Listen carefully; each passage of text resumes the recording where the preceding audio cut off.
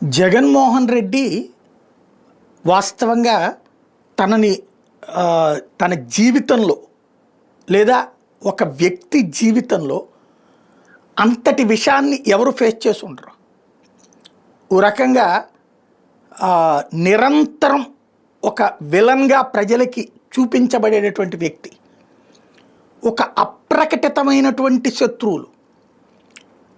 రాధాకృష్ణ గారితో జగన్కి ఏ కోపంలే, ఏ గొడవ, ఏ వ్యాపార తగాదాలు లేవు. రామోజీరావు గారితో ఏ వ్యాపార తగాదాలు లేవు. కానీ తన తండ్రిని, తన కుటుంబాన్ని టార్గెట్ చేసేటటువంటి సుదీర్ఘ రాజకీయంలో, అది ఎందుకోసం, రాజశేఖర్ రెడ్డి ఎదగకూడదు అన్నటువంటి కసితో, చంద్రబాబు నాయుడు బాగుండాలంటే రాజశేఖర రెడ్డి పతనం అవ్వాలన్నటువంటి కసితో సుదీర్ఘకాలం పాటు రాజశేఖర రెడ్డిని, వైఎస్ కుటుంబాన్ని వెంటాడి వేటాడుతూ వచ్చింది గత 30-40 సంవత్సరాల నుంచి తెలుగు మీడియా. ఆ విషయాన్ని ఆ తర్వాత జగన్ మీదకి రుద్దారు. వాళ్లే నిజంగా దుర్మార్గులు, రాక్షసులు, సినిమాల్లో చూపెట్టినటువంటి అరాచకవాదులు అయితే ప్రజలు ఓట్లేసి ఇన్నిసార్లు గెలిపించుకుంటారా? లేకపోతే రాష్ట్రంలో 3 సార్లు ఆ కుటుంబానికి సీఎం పదవి అవకాశం ఇస్తారా? అట్లాగే అన్నిసార్లు ప్రతిపక్ష స్థానం అవకాశం ఇస్తారా? దౌర్జన్యాన్ని ఒకసారి ఫేస్ చేస్తారు, 2 సార్లు ఫేస్ చేస్తారు. పద్దాక దౌర్జన్యం చేసి ఎవడని ఎవడన్నా నెత్తిన పెట్టి కూర్చుంటాడా? కామన్ సెన్స్తో ఆలోచిస్తే. అలాగే అసలు సొసైటీలో ఒక అద్భుతమైనటువంటి వ్యవస్థీకృత చేంజెస్ తీసుకొచ్చినటువంటి ఘనత ఏదన్నా ఉందంటే ఆ తండ్రి కొడుకులకే చెందుతుంది. నెంబర్ 1, ఎడ్యుకేషన్ అంటే డబ్బులు ఉన్నోడికి మాత్రమే అన్నటువంటి దశ నుంచి బీటెక్కే చదువుతావా, ఎంటెక్కే చదువుతావా, పిహెచ్డీనే చేస్తావా, ఎంబీబీఎస్ఏ చేస్తావా, ఏమైనా చదువుకో, డబ్బులు నేను కడతాను అన్నటువంటి ప్రభుత్వం రాజశేఖర రెడ్డి ప్రభుత్వం. ఆ ప్రభుత్వమే రాకపోతే కనుక ఇవాళ రోజున బీసీ, ఎస్సీ, ఎస్టీ, మైనారిటీ పిల్లలు ఇంజనీరింగ్ చదువులు, ఈవెన్ ఓసీలో పేదలు కూడా, ఈడబ్ల్యూఎస్ పేదలకు కూడా దిక్కులేదు. చదువుకి అంటే డబ్బున్నోడు మాత్రమే చదువు, మినిమం చదువులు గవర్నమెంట్ స్కూల్ చదువులు. మ్యాక్సిమం ఆ పైన తల్లిదండ్రులు పర్లేదులే కానీరా, నీకు ఓపుకున్నంత వరకు చదువు, నేను కష్టపడతాలే అన్న తల్లిదండ్రులు 5%, 10% ఉంటారు. మిగతా వాళ్ళందరూ చదువులు మానిపించి తమ బిడ్డల్ని వృత్తుల్లోకి తీసుకువెళ్ళిన వాళ్ళు, ఏదో ఒక పనిలో పెట్టినటువంటి వాళ్ళు. ఆ దశ నుండి నీ బిడ్డని చదివించు, నీ కుటుంబ భవిష్యత్తు బాగుపడుతుంది అని చెప్పి ప్రత్యేకించి ఫ్యాక్షన్ పల్లెలలో నాశనమైనటువంటి, ఎందుకంటే ఏ చదువు లేకపోతే చివరికి వాళ్ళకి బంట్రోతుల కింద, దాన్ని ఏమంటారు, పాలెగాళ్ల కిందనే బ్రతకాల్సిన పరిస్థితి. అట్లాంటి దశ నుండి ఇవాళ బెంగళూరులో బ్రతుకుతున్నారు, చెన్నైలో బ్రతుకుతున్నారు, ముంబైలో బ్రతుకుతున్నారు, అమెరికాలో బ్రతుకుతున్నారు అనేక మంది. అంటే ఓన్లీ బికాజ్, ఇంక్లూడింగ్ రెడ్డి బిడ్డలతో సహా ఆ పరిస్థితి తెచ్చిపెట్టింది Rajasekhara Reddy with fee reimbursement. అట్లాగే బతకాలి అంటే డబ్బుండాలా, రోగానికి మందుకి డబ్బుండాలా, ఆ డబ్బు లేకపోతే తీసుకు చావడమే అనే పేదవాళ్ళ బ్రతుకులలో మార్పు తీసుకొచ్చినటువంటిది ఆరోగ్యశ్రీ. ఈ 2 ఆ రాజశేఖర రెడ్డి తేకపోతే మనం దాన్ని ఏమంటారు, బలమున్నోడిదే రాజ్యంలో బ్రతికేవాడు. అలాంటి సిచ్యుయేషన్లో అలాంటి ఒక అద్భుతమైనటువంటి తీసుకుని వచ్చాడు అతను జగన్మోహన్ రెడ్డి. స్కూల్ దశలోనే పిల్లల్ని మానిపిస్తున్నటువంటి దశలో అమ్మ ఒడి లాంటిది పట్టుకొచ్చాడు.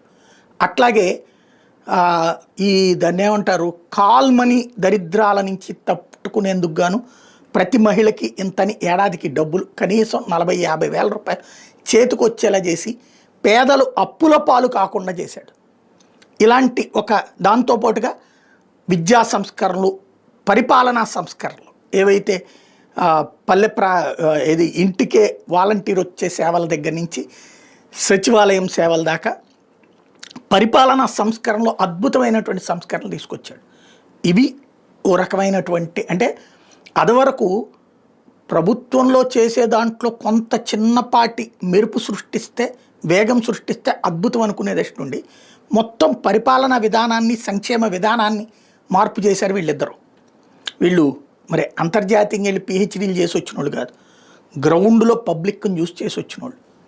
అలాంటి సందర్భం నుంచి ఇవాల్టి రోజున మరింత ఫేస్ చేస్తాడు జగన్మోహన్ రెడ్డి ఖచ్చితంగా. అయితే ఏకైక సమస్యల్లా, జగన్కి ఇప్పుడున్న సమస్యల్లా, క్రిందటిసారి తన అధికారంలోకి వచ్చాక ఫ్యాక్షనిజాన్ని దగ్గరికి రానిలా, రౌడీజాన్ని ప్రోత్సహించాల, ఎలక్షన్స్ అప్పుడు చేశారు, ఏది ఏకగ్రీవాలు చేశారు అన్నటువంటి చోట్లన ఖచ్చితంగా తప్పనినే మాట్లాడతాం. అయితే ఇప్పుడు పులివెందుల్లో జరిగిన అరాచకం అయితే అప్పుడు జరగలేదు.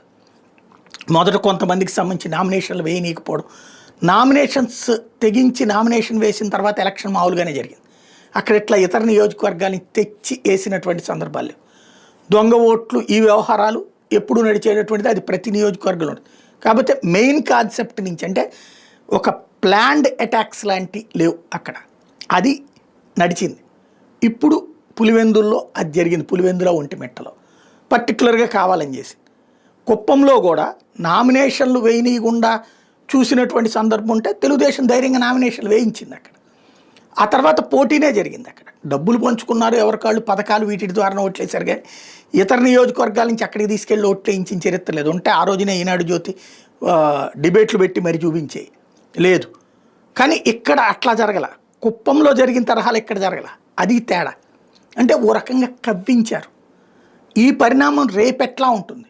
ఒకటే, ఇక్కడ రౌడీజం చేసిన రోజునైనా, ఫ్యాక్షనిజం చేసే రోజునైనా ఆ రౌడీజాన్ని సమర్థించి, అంటే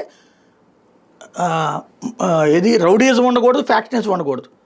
కానీ నాకు నచ్చిన రౌడీ, నాకు నచ్చిన ఫ్యాక్షనిస్ట్ ఉంటే తప్పు లేదు అనే ధోరణి ఏదైతే ఉంటుందో అదే ప్రమాదకరం. వాళ్ళు దాన్ని సమర్థించుకుంటూ వస్తే ఇప్పుడు రేపు ప్రమాదకరం వెళ్తుంది. ఇప్పుడు క్రిందటిసారి జగన్ ఏవైతే అటు రాయలసీమలో ఫ్యాక్షనిజాన్ని కంట్రోల్ చేసుకొచ్చాడు, ఇంకో పక్కన డెవలప్మెంట్ ఆస్పెక్ట్లోకి వెళ్ళాడు. ఇప్పుడు ఇవన్నీ అసలు కార్యకర్తల కంట్రోల్ తప్పే పరిస్థితి వస్తుంది అనేటటువంటి సిచ్యుయేషన్ గ్రౌండ్ లెవెల్లో కేసులు, బెదిరింపులు, వేధింపుల వల్ల నడుస్తుంది. అదే సందర్భంలో ఇప్పుడు పులివెందులలో ఓ రకంగా ఏంటంటే వాళ్ళని కవ్వించారు, రెచ్చగొట్టారు. ఈ పరిణామాలు బాగానే ఉంటుంది. అంతా మన చేతిలో పవరు, సిస్టము అన్నీ ఉన్నప్పుడు అంతా అద్భుతం. కానీ ఒక 25-30 ఏళ్ల క్రితం ఉండే పరిస్థితిని ఇవాళ మన చర్యల ద్వారా తీసుకొచ్చాం. ఇది ఒక్కళ్ళని తప్పుపట్టను నేను. పోలీసుల తప్పు ఉంది, రాజకీయ పార్టీల తప్పు ఉంది, కళ్ళెదురుగుండా జరుగుతున్నా మాట్లాడని మీడియా తప్పు ఉంది. పైగా ఏ పార్టీకి ఆ పార్టీని భుజానేసుకునేటటువంటి దౌర్భాగ్య జర్నలిజంతో నడుస్తున్నది. అన్నిటి పరిణామక్రమం సొసైటీని ఒక ప్రమాదకరమైన స్థితికి తీసుకువెళ్తున్నారు రాబోయేటటువంటి రోజుల్లో. ఇది రాష్ట్రానికి మంచిదా అంటే ఏదైనా సరే మంచి చెప్పేవాడి మీద ఒక బురదేసి మాట్లాడచ్చు. రాష్ట్ర విభజన రోజు చెప్పాను నేను, విభజనకు సంబంధించి 2004లో రాష్ట్ర విభజనకు సంబంధించి అన్నప్పుడు అబ్బెబ్బే అది ఎవడు చేయడబ్బా, ఉరికినే తెలంగాణ ఓట్ల కోసం అన్నారు. కానీ అక్కడ అంటుకున్న అగ్ని రాష్ట్ర విభజన దాకా సాగింది. విభజన తర్వాత జరుగుతున్న పరిణామాలు మనుషులని అటో ఇటో ఉండండి అనే స్టేజ్కి తీసుకెళ్తున్నాయి. న్యూట్రాలిటీ చంపేస్తున్నారు. జర్నలిజం చచ్చిపోయింది. వ్యవస్థలు నాశనం అయిపోయినాయి. నువ్వు ఆ ఒడ్డునుంటావా, ఈ ఒడ్డునుంటావా అనేటటువంటి పరిస్థితిలోకి వచ్చేసింది. దీంతో పాటుగా అశాంతి, అభద్రత, అరాచకాల్ని సమర్థించుకుంటూ మాట్లాడుకుంటున్నటువంటి దౌర్భాగ్య పరిస్థితి.